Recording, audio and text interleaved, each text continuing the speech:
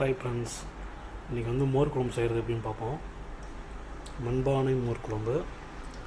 வெள்ளரிக்காயான நல்லா தோலெல்லாம் சீவிடுங்க. சீவிட்டு உள்ளே இருக்க அந்த விதையும் எடுத்துருங்க. பாருங்கள் நான் எப்படி சீவி எடுத்துருக்கேன்னு. வெளிப்பக்கம் சீவிருக்கேன், உள்ளே அந்த விதையும் எடுத்துருக்கிறேன். சீவி எடுத்துக்கோங்க.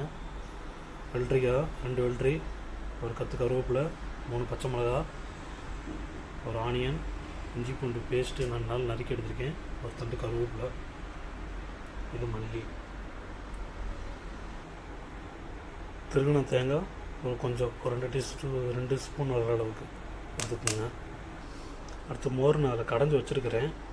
பக்கெட் மோர் தான் வாங்கினேன், இது கடைஞ்சி வச்சுருக்கிறேன். மோர் நல்லா கெட்டியாக. டவாவில் எண்ணெய் ஊற்றிருக்கேன் பாருங்கள். எண்ணெய் நல்லா காயுது. பொட்டு உளுந்து, கடுகு, மிளகு 3 தான் எடுத்துருக்கிறேன்.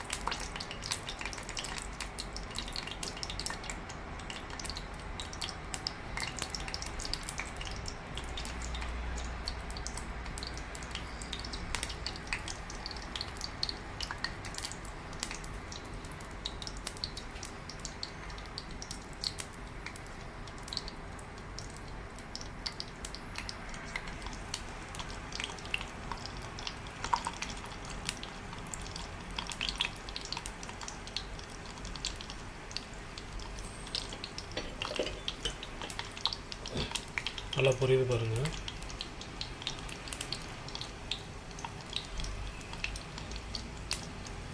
பச்சை மிளகாய் போட்டுடலாம்.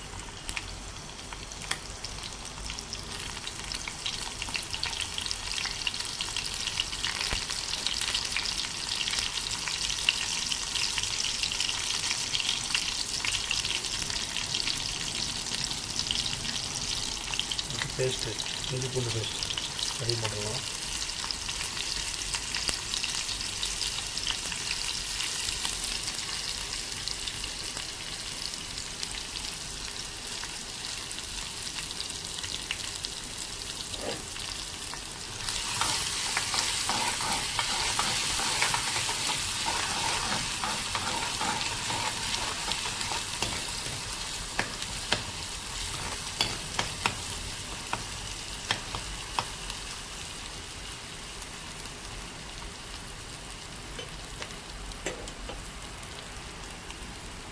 நல்லா புரியுதுங்க.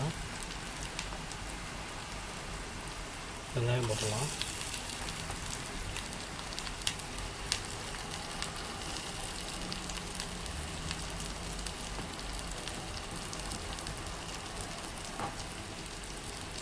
அடுப்பை ஸ்லிம்மிலே வச்சுக்கோங்க.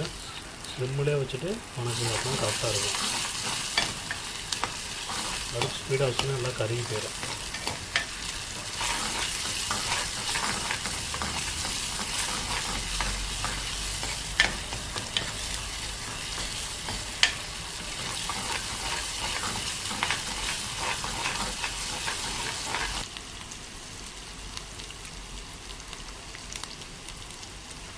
நல்லா வணங்குது பாருங்கள்.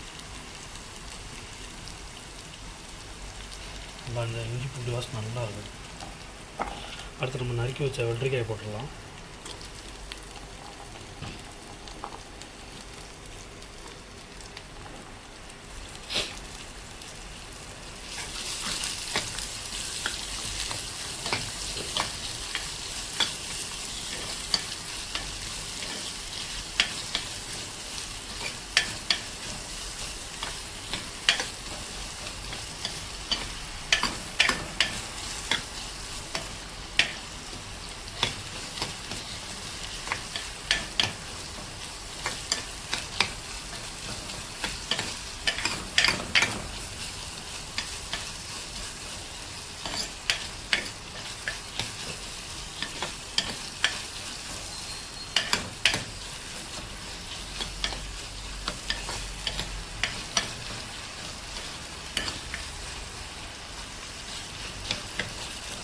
நல்லா அப்படி வணக்கி விட்டுருக்குங்க.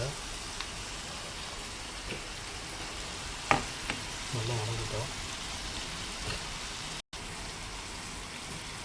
பழமாக 2 துண்டு எடுத்து நல்லா நறுக்கி போட்டுக்கோங்க. வரமிளகாயை வாசனைக்கு நல்லாயிருக்கும். வரமிளகா நீங்கள் காரஞ்சாரமாக சாப்பிட்ற மாதிரி.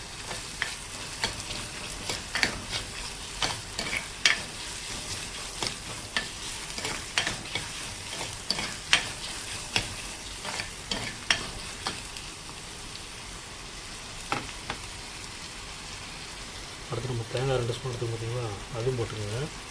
ஏன்னா தயிர் புளிப்பாக இருந்தால் அந்த தேங்காய் போட்டால் நான் புளிப்பு எடுத்துரும். அது வந்து அந்த புளிப்பு தெரியாது.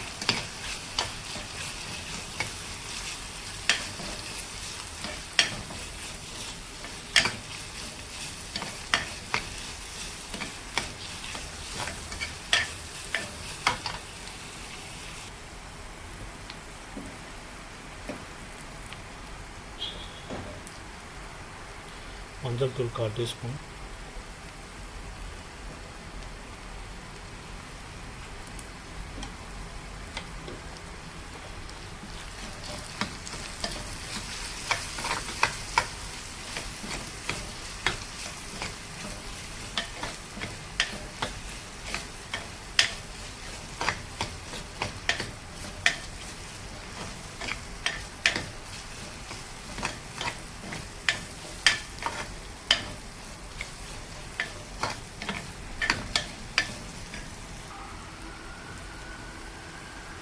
உப்பு உங்களுக்கு தேவையான அளவுக்கு போட்டுக்கோங்க.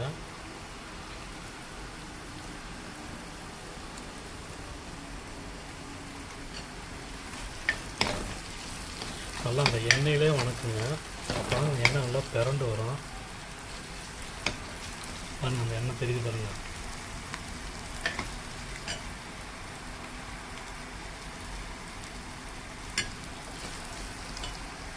இந்த எண்ணெயிலே நல்லா வணக்குங்க. பாருங்கள், அந்த எண்ணெய் நல்லா இப்போ வளர்ந்து வந்துருச்சு.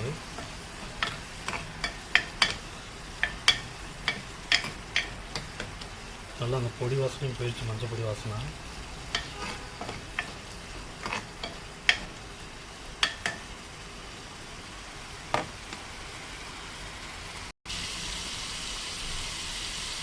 அது நல்லா பொழிஞ்சிச்சு.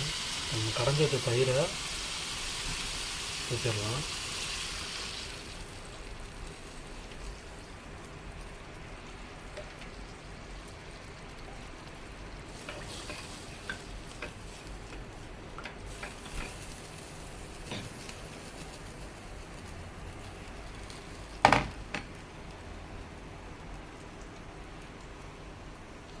அது மேலே அப்படியே கருவேப்பிலை போட்டுருங்க, மல்லியும் போட்டுருங்க.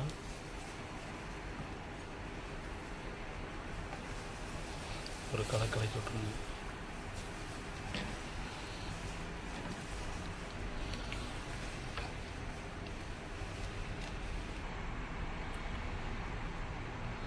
அவ்வளோதாங்க, மோர் குழம்பு ரெடி.